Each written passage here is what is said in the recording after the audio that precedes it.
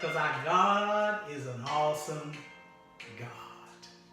Just think about it for just a moment. How God is so awesome. And he reigns from heaven above with wisdom, power, and love. Our God is an awesome God. God, I thank you that you are so awesome.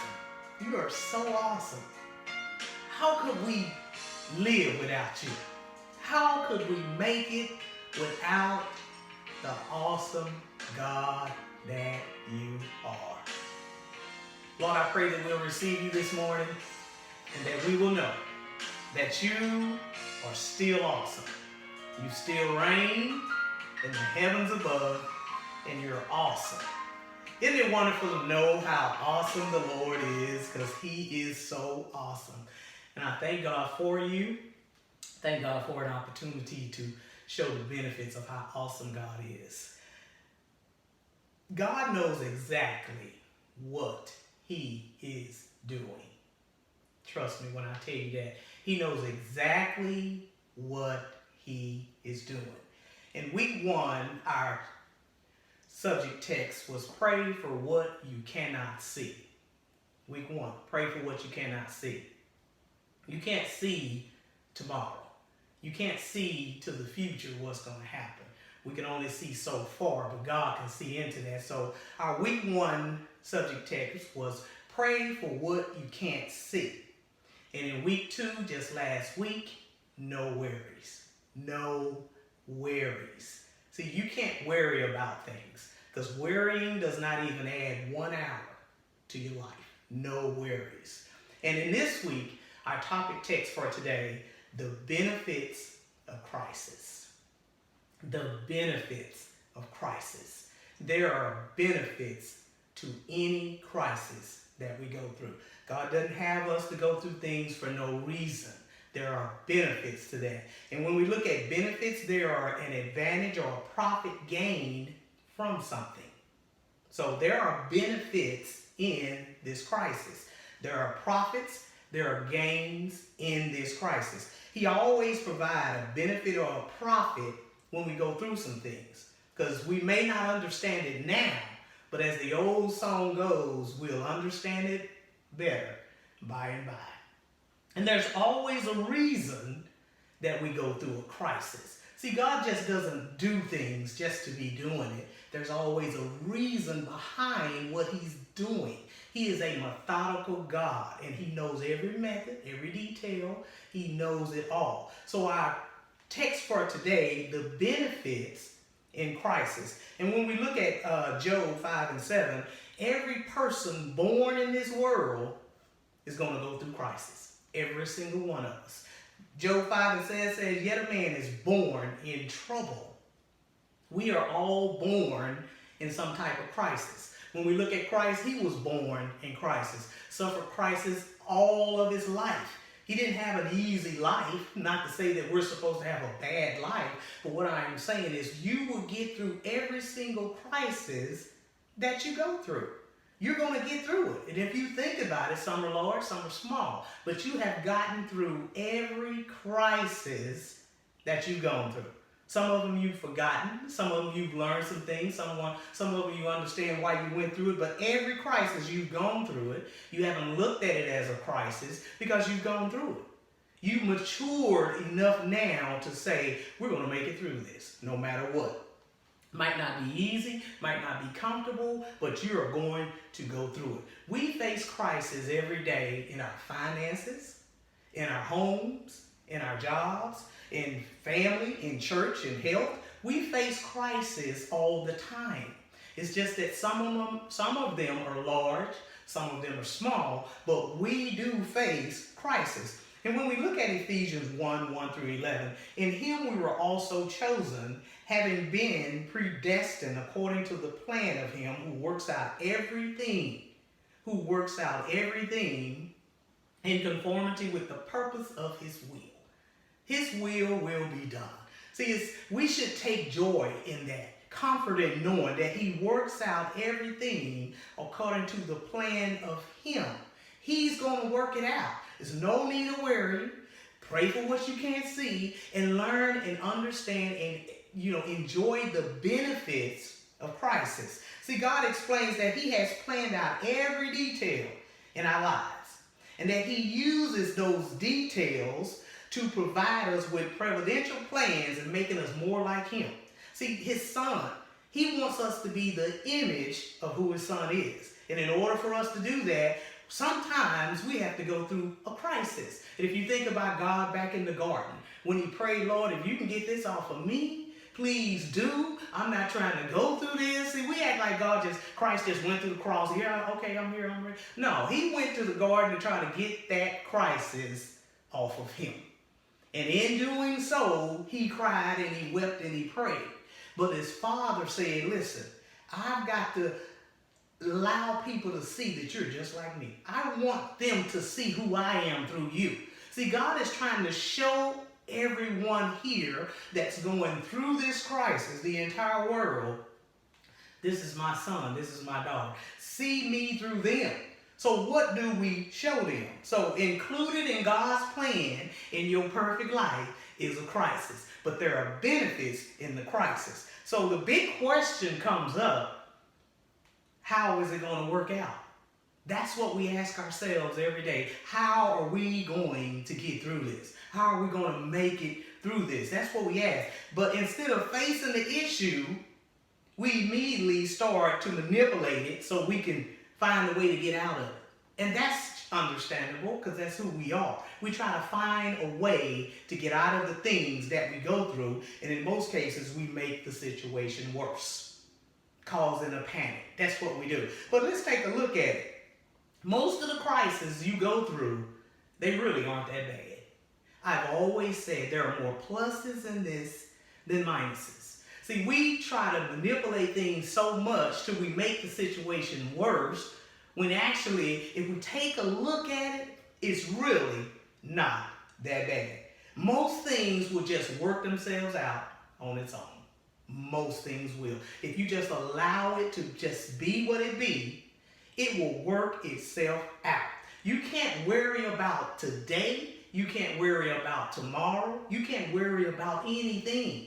Because as we all know, worrying doesn't add not 1 hour to our life. We are to remain calm in the crisis. See, overreacting is a sense of panic. And that's what we're going through, most of us, a sense of panic due to some that are overreacting. Because it makes a frustrating situation even more complex. And I still haven't figured out today what's going on with this tissue paper.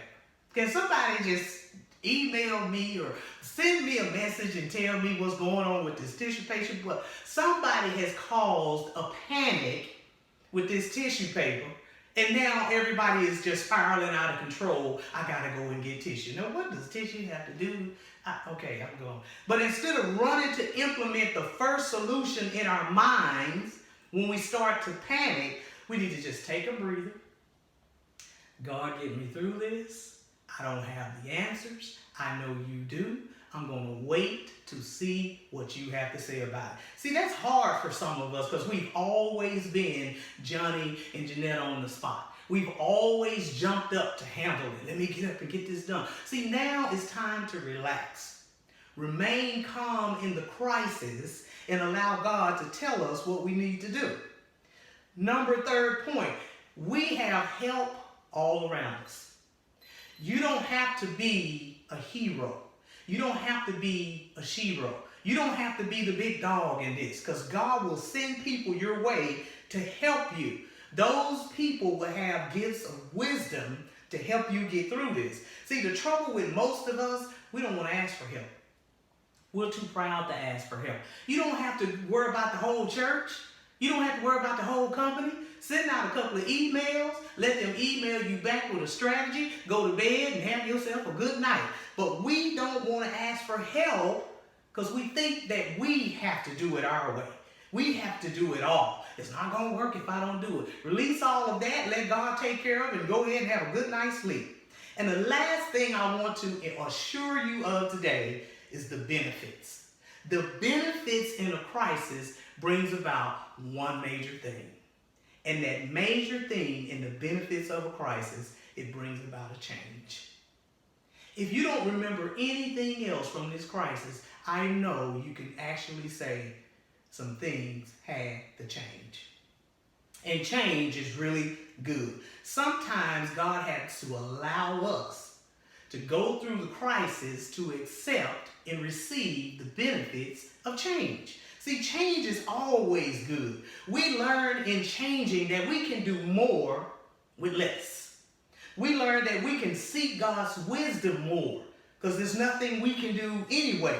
We learn to come up with a contingency plan when we go through a crisis. We have a better spirit, a better attitude. We humble ourselves more. Spend more time with our family. Stop spending every dime we got. We begin to plan things out instead of just doing them. See, that's what happens in a crisis. One of the benefits, and the biggest one of all, is that we learn to adapt to change. And we're adaptive people. We learn to be appreciative of what we have.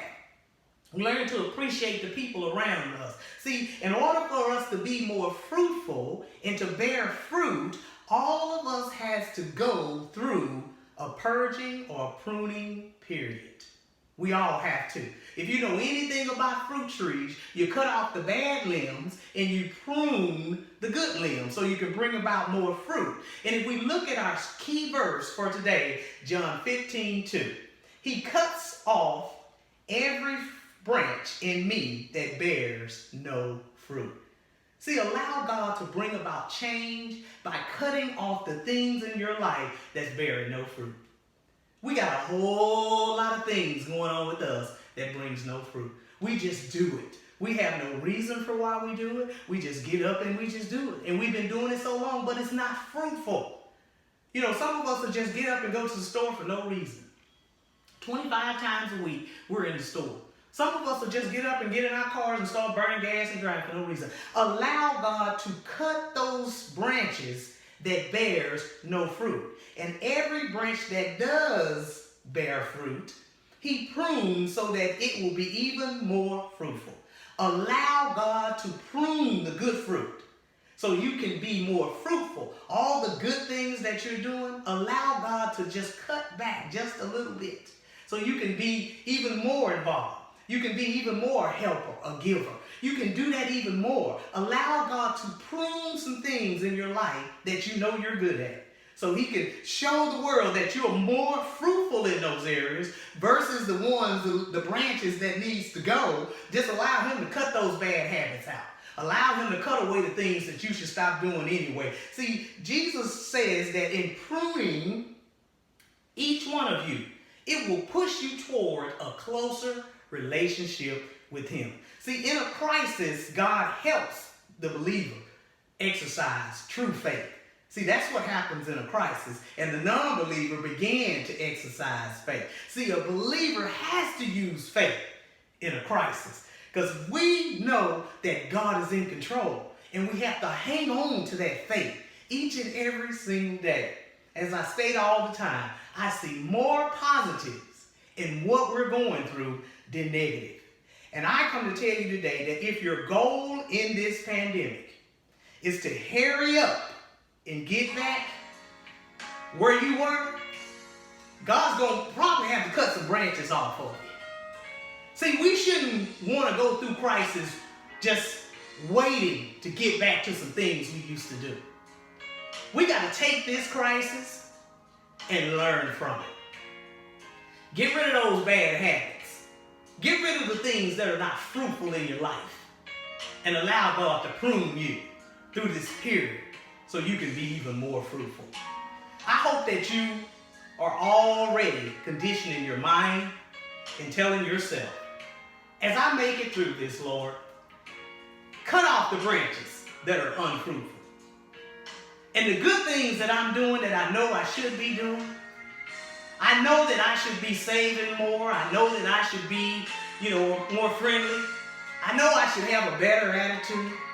I know I have 10 children and they're getting on my nerve, but God, I love them all. I know I should get up earlier. I know I should exercise more. Just prune me in those areas so I can be more fruitful. Because God is an awesome God. And at the end of it all, when we make it through, because we're going to make it through. I want to be able to look back and say, thank you, Lord, for the pruning. Thank you that I know the benefits of the crisis that I went through.